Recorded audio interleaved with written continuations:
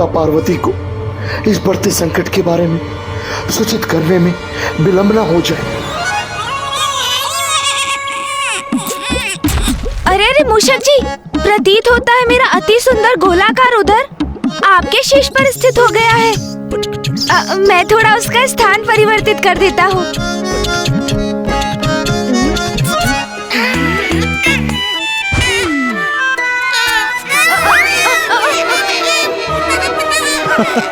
अरे अरे संभालिए मूषक जी, संतुलन बिगड़ रहा है मेरा।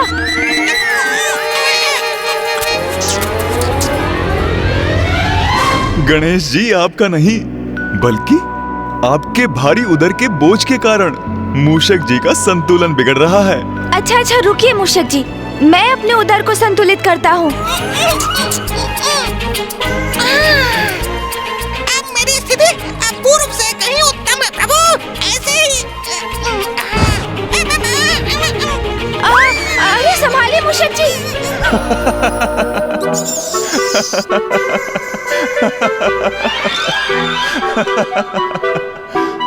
मूषक जी, आप हंस रहे हैं क्या? नहीं तो प्रभु। किंतु मैं पूर्ण विश्वास के साथ कह सकता हूँ, मैंने किसी के हंसने का स्वर सुना है। गणेश जी की ऐसी अवस्था देखकर इतनी हंसी आ रही है, किंतु मुझे स्वयं पर नियंत्रण रखना होगा। अरे अरे,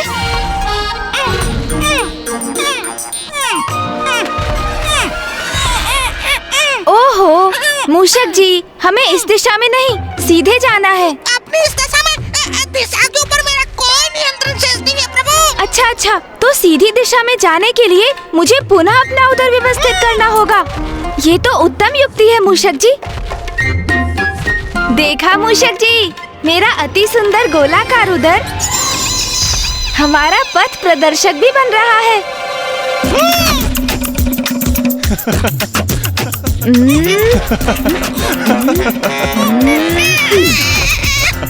अब तो सब उचित है ना मूषक जी? आपने मुझसे कुछ कहा प्रभु?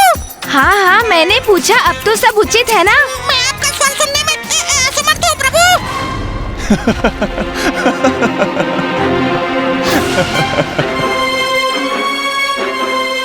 मैंने पुनः किसी के हंसने का स्वर सुना। वहाँ ऊपर कौन है जो हंसे जा रहा है? अरे मूषक जी तो कुछ सुन ही नहीं पा रहे। आपके उदर ने उनके कान जो ढक दिए हैं। प्रभु, आप तनिक आगे तो देखिए। मूषक जी, धीरे धीरे चलिए तो हम इस पथ को सरलता से पार कर लेंगे।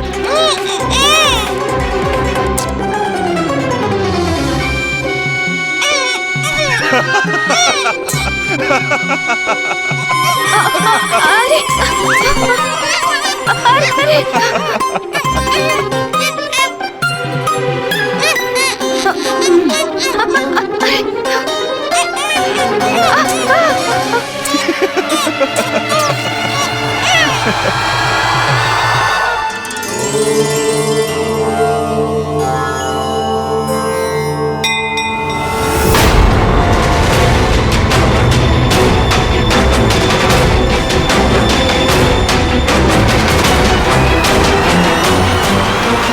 यमराज जी, आप यहाँ?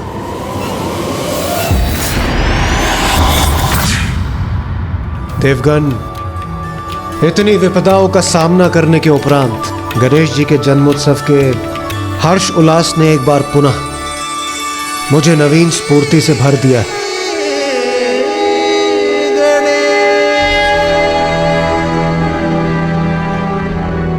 क्या हुआ अग्निदेव, आप इतने चिंतित क्यों प्रतीत हो रहे हैं? देवराज, मैं नकारात्मक विचार में डूबना नहीं चाहता, किंतु मुझे अचानक स्मरण हो आया कि कैलाश पर हम होली के पर्व के उस समय सभी कितने आनंदित थे, और फिर ऐसी परिस्थितियां उत्पन्न होती गईं कि हमारा आनंद ही अवसाद में परिवर्तित होने लगा। मुझे भय है कि कहीं पुनः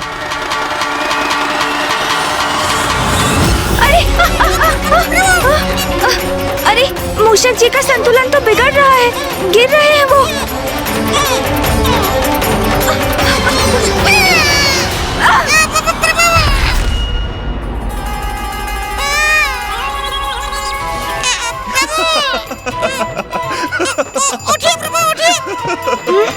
आप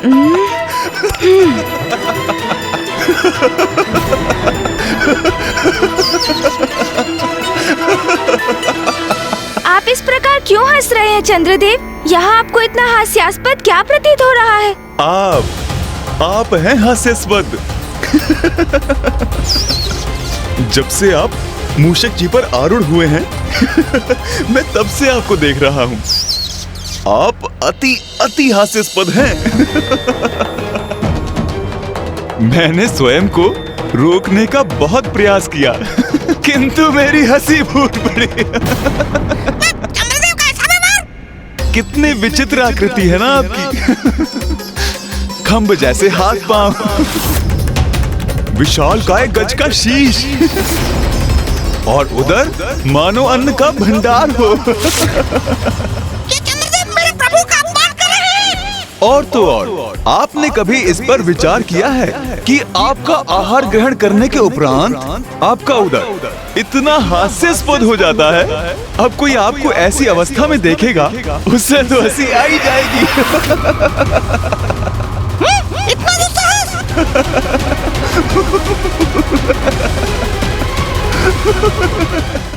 माता, मैं आपको कुछ बताने का प्रयास कर रहा था जिसे आपको ज्ञात होना अति आवश्यक है। हाँ हाँ, अवश्य बताइए। माता,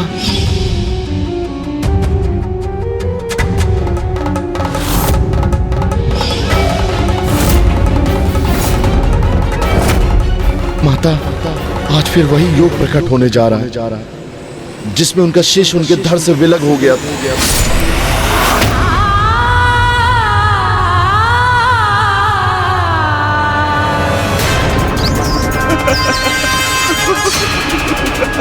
हंसे जा रहे हैं।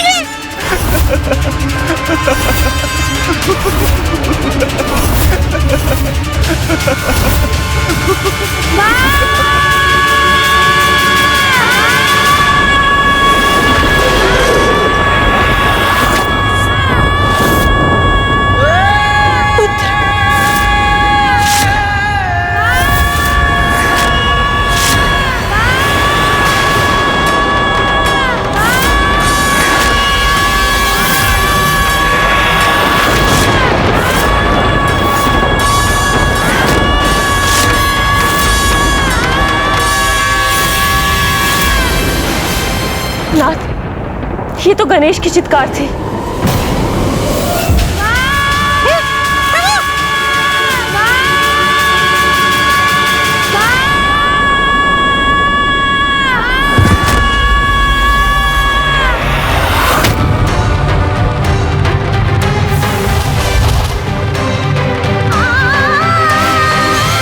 माता,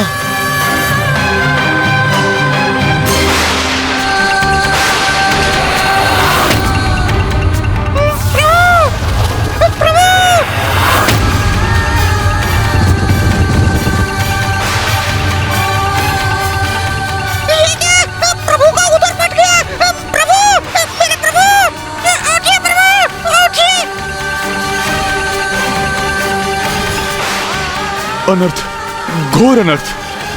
ये क्या हो गया पार्वती नंदन गणेश जी को? उठिए प्रभु, उठिए! ये तो गणेश के क्रंदन का स्वर था। अब तक तो उसे टहलकर लौट आना चाहिए, किंतु बाहर से आने वाले उसके क्रंदन का स्वर कैसा? पुत्र कार्तिकेय, गणेश की इस चित्कार का अवश्य कोई बड़ा कारण है। अवश्य कुछ हुआ है उसे। मैं वहां जाकर देखता हूं और तुम मां को शांत रखने का प्रयास करो। जो आज्ञा पिताश्री।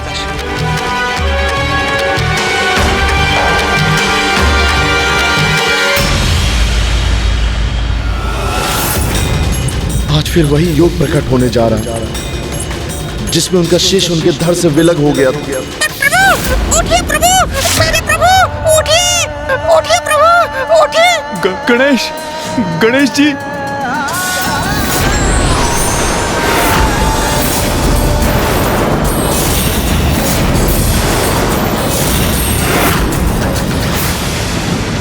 गणेश जी इस अवस्था में? कैसा अनर्थ है ये?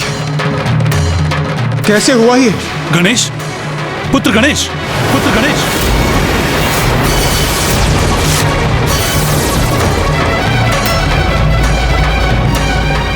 चंद्रदेव, कदाचित सर्वप्रथम आप ही यहां पहुंचे थे ना?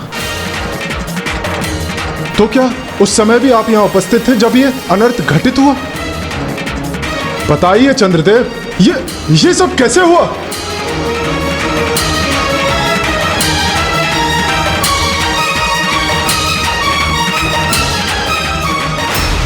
ये क्या बताएंगे? मैं बताता हूँ सूर्यदेव। ये सब चंद्रदेव के कारण ही हुआ है।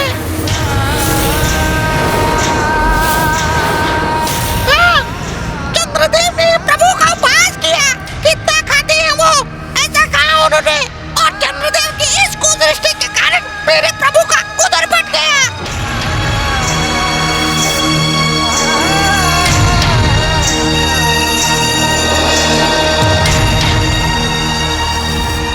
मेरे प्रभु, ये आपने क्या कर दिया चंद्रदेव? यदि माता पार्वती को ज्ञात हुआ तो वो कुपित होकर हम सभी का विनाश कर देंगी।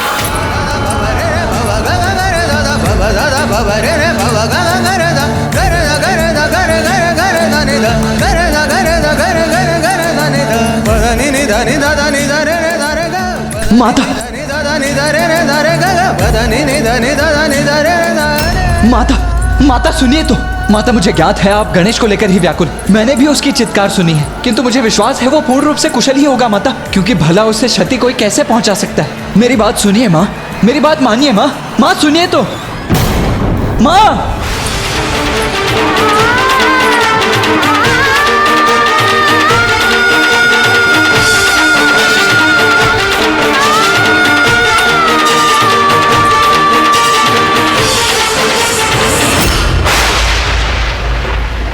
पूर्व में भी जब ऐसी स्थिति उत्पन्न हुई थी, गणेश का शीश उसके धड़ से विलग हुआ था। तब देवी पार्वती अपने आवेग में किस प्रकार सबको सर्वनाश करने पर आतुर हो गई थी, ये स्मरण है ना आप सभी को?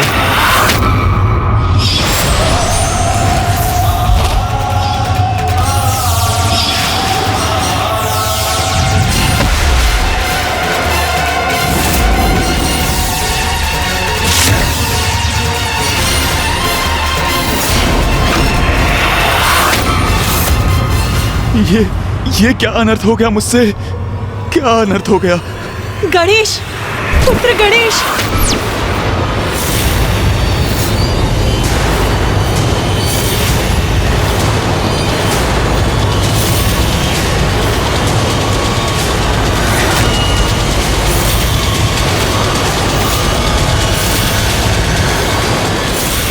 माता पार्वती इसी ओर आ रही हैं। हमें उनके समक्ष नहीं पड़ना चाहिए।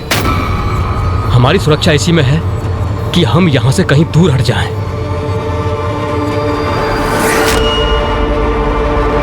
पुत्र गणेश,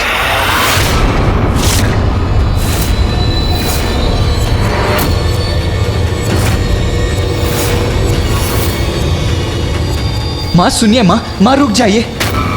माता तो यहाँ पहुंच गई।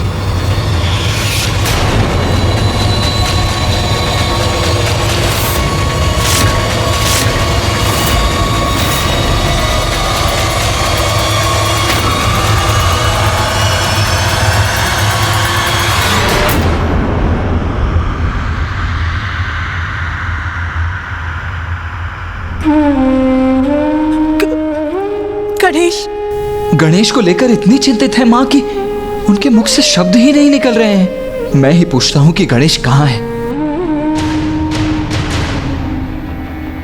देवगण, माँ ने और उनके साथ हम सभी ने गणेश की चित्कार सुनी थी। मुझे विश्वास है जिसे सुनकर ही आप सभी भी यहाँ एकत्रित हुए हैं। मैं तो गणेश को लेकर टहलने निकला था। मैं आगे बढ़ गया, किंतु उस समय वो यहीं कहीं था। तो क्या आप में से किसी ने उसे देखा है? क्या उसकी चित्कार का कोई कारण आप सभी में से किसी को ज्ञात है?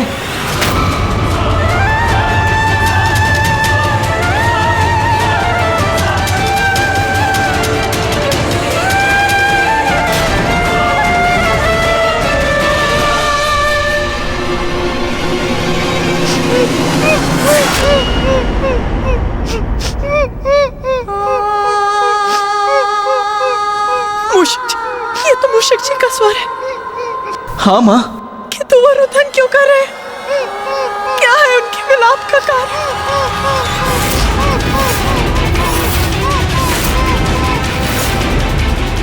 अब तो मेरी कोई रक्षा नहीं कर सकता, क्योंकि माता को तो सब कुछ ज्ञात हो जाएगा।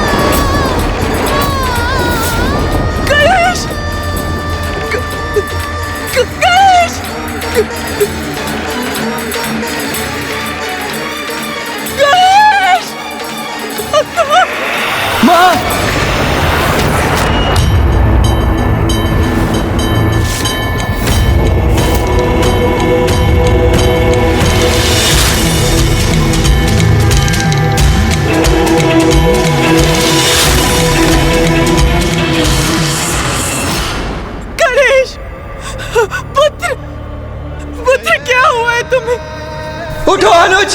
पुत्र, माँ जी, अपने नेत्र खोलो पुत्र।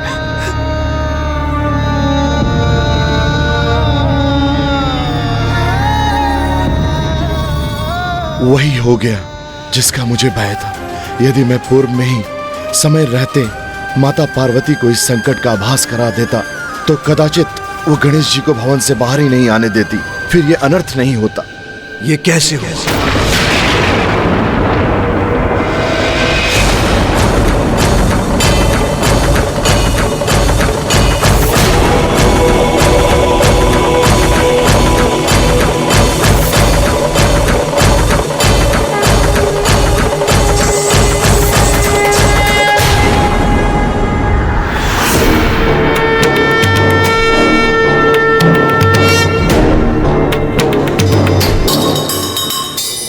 हम सभी तो देवी पार्वती के क्रोध को लेकर ही आशंकित थे। महादेव के क्रोध की तो कल्पना भी नहीं की हमने। अब यदि वो अपने पूर्व आवेश में आ गए तो और भी घोर अनिष्ट होगा। आप सभी ने क्या मेरा प्रश्न नहीं सुना?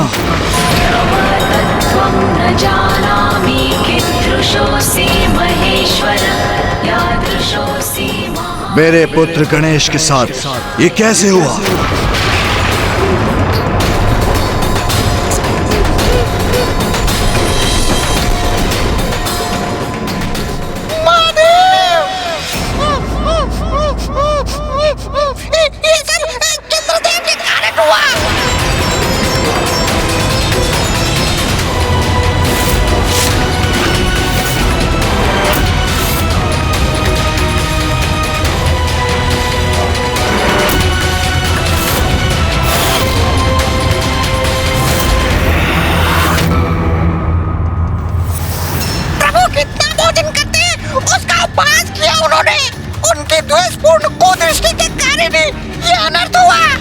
जब से आप मूषक जी पर आरूढ़ हुए हैं मैं तब से आपको देख रहा हूं। कितनी विचित्र आकृति है ना आपकी। खंभ जैसे हाथ पांव, विशाल काय गज का शीश, और उधर मानो अन्न का भंडार हो।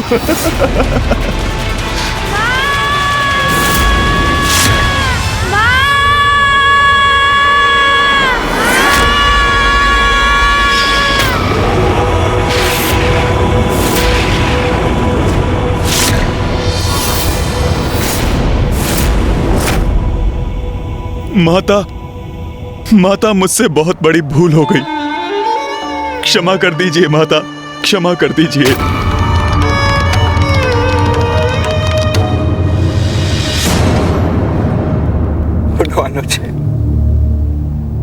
कैसे देवता है आप?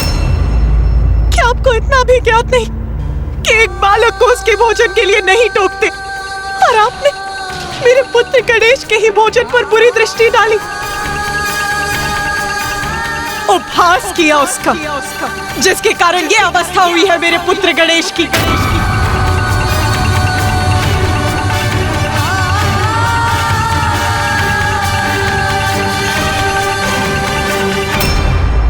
माता, महादेव, मुझसे बहुत बड़ी भूल हो गई। मेरी इस भूल के लिए मुझे क्षमा कर दीजिए। चंद्रदेव, आपने जो किया वो सर्वथा अनुचित था। प्रभु, मैं क्षमा की भिक्षा मांगता हूँ, मुझे क्षमा कर दीजिए। क्षमा कर दूं आपको।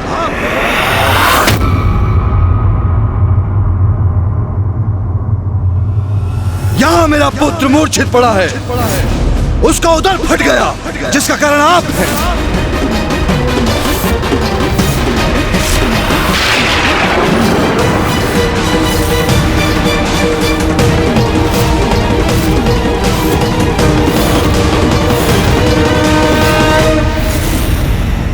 प्रभु, मैं मात्र अपने बचाव हेतु क्षमा याचना नहीं कर रहा हूं, मेरा विश्वास कीजिए। यह तो एक सरल परिहास था। मैं गणेश जी का अनिष्ट नहीं चाहता था। वे मेरे शब्दों और मेरे कारण से मूर्छित नहीं हुए।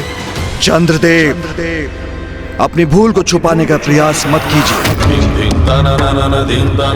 गणेश मूषक के ऊपर से अवश्य नीचे गिरा, किंतु क्या यह सत्य नहीं कि उसका उदर आपकी कुदृष्टि के कारण ही फटा है?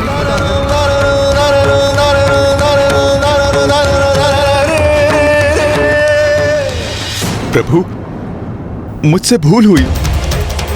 मेरा व्यवहार अनुचित था। मैं अपने इस व्यवहार के लिए लज्जित हूं। अब आपसे और माता से क्षमा याचना करने के सिवाय मेरे पास और कोई उपाय नहीं। चंद्रदेव, आपने जो कुछ भी किया वो दंडनीय है। देवोचित व्यवहार की सभी सीमाएं लांघकर एक बालक का नहीं अपितु सर्वप्रथम पूज्य देवता का भी अपमान किया आपने। वही देवता जिसके आप सभी ऋणी हैं, जिसने अनेक अवसर पर आप और अन्य देवताओं को संकटों से मुक्त कराने के लिए कठोर संघर्ष किया है।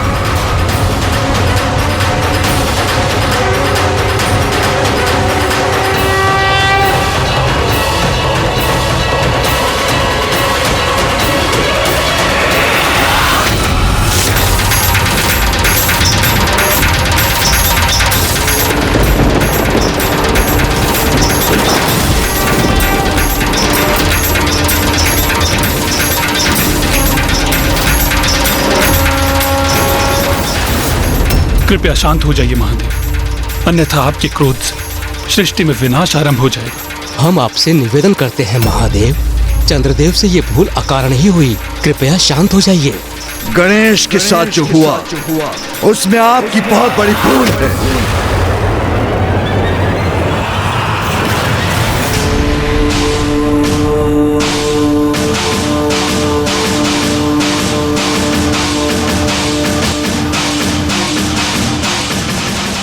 किंतु जो आपने किया वो किसी बुरे आशय से नहीं, आप उसके परिणाम से अनभिज्ञ थे।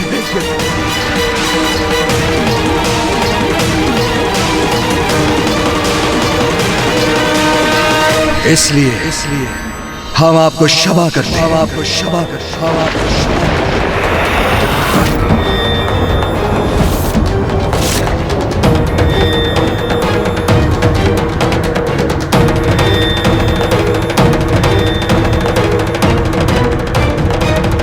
महादेव ने उचित निर्णय लिया, अन्यथा स्थिति नियंत्रण के बाहर चली जाती। कदाचित मुझसे ही सुनने में कोई भूल हुई। क्या कहा आपने प्रभु? हम इन्हें क्षमा करते हैं। उमा, शांत हो जाओ प्रिय। गणेश पुनः स्वस्थ हो जाएगा, क्योंकि जो गणेश सभी के संकटों को हरने में समर्थ है, जो स्वयं विघ्न हरता है, उसे भला कोई संकट कैसे प्रभावित कर सकता है? क्या आप वो नहीं देख रहे जो मेरे नेत्र देख रहे हैं? आपका पुत्र यहाँ अचेत पड़ा है, आहत है वो।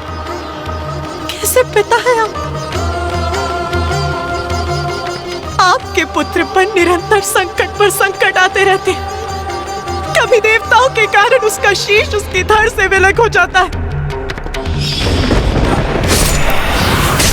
तो कभी आपके परम भक्त परशुराम के कारण उसका दंत खंडित हो जाता है।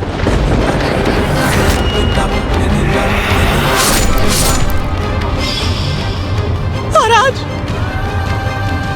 चंद्रदेव के कारण उसका उदर फट गया।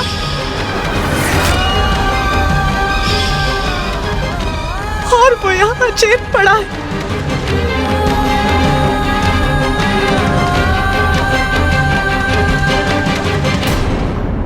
नहीं प्रभु, अपने पुत्र को बार बार इस पीड़ा में देखने का कष्ट मैं नहीं सहन कर सकती।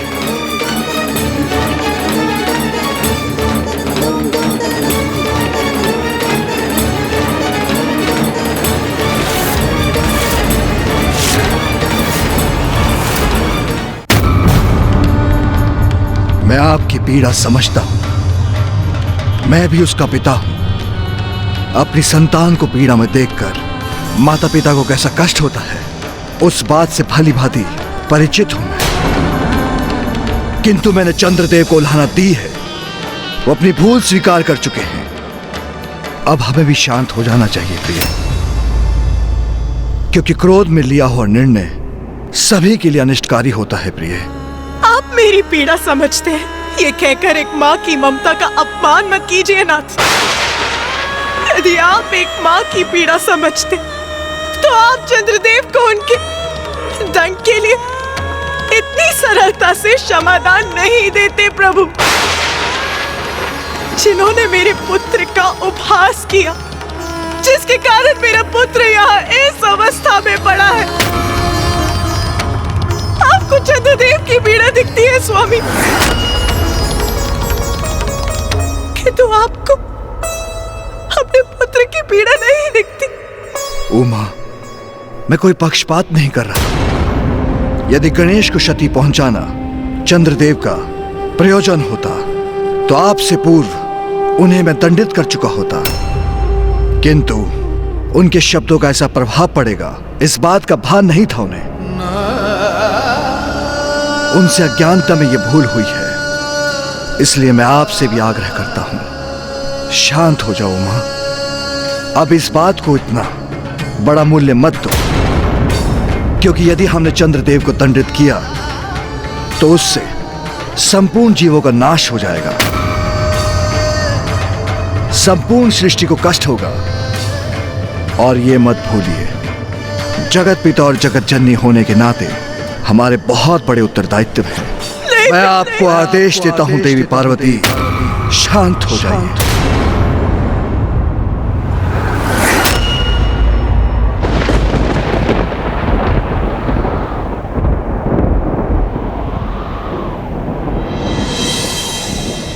उचित है स्वामी।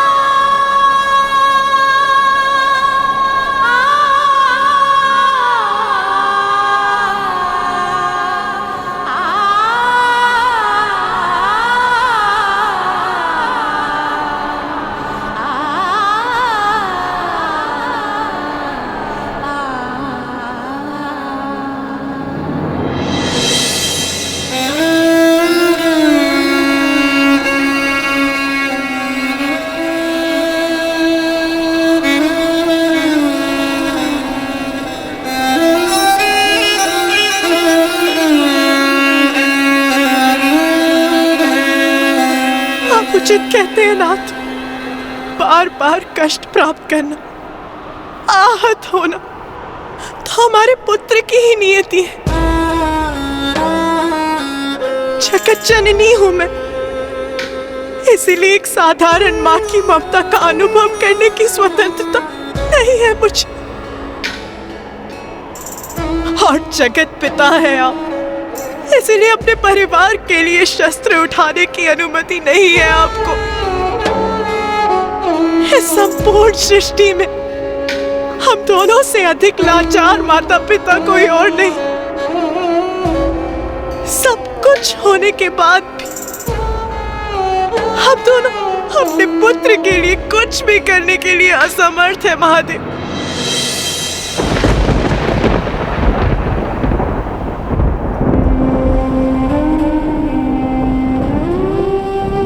मेरा पुत्र यहाँ गिरा अपने जीवन के लिए संघर्ष कर रहा है और मैं शांत रहूं? नहीं प्रभु, मैं अपने दायित्व निभाने में असमर्थ।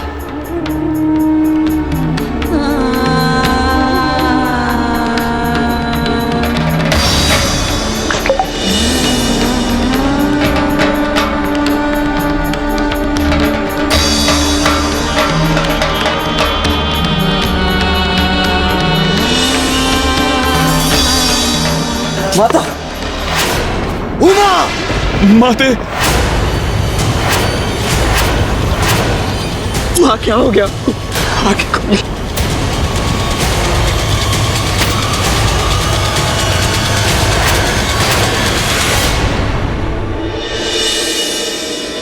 माँ,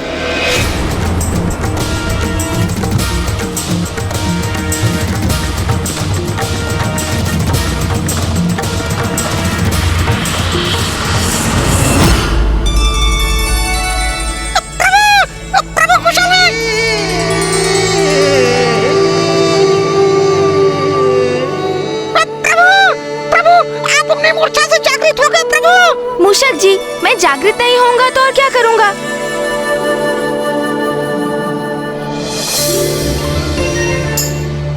ये मोदक यहाँ वहाँ बिखर गए हैं। किंतु आपका उदर प्रभु। मेरा उदर फट गया तो क्या हुआ मूषक जी? मैं परम ब्रह्म महागणपति जी का ही तो अंश हूँ।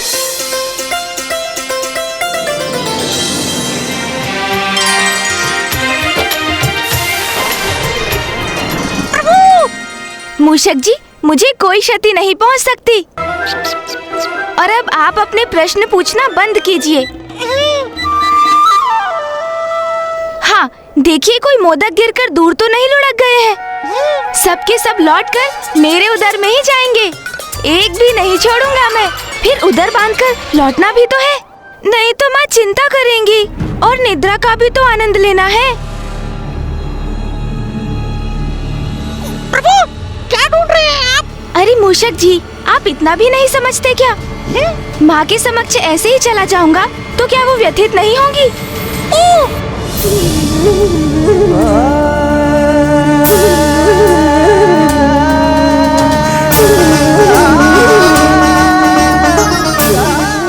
देवता हो या मानव, नियति सभी को विवश कर देती है, परंतु बुद्धिजीवी वही हैं जो हर परिस्थिति का सामना करने के लिए सदैव तैयार रहते हैं।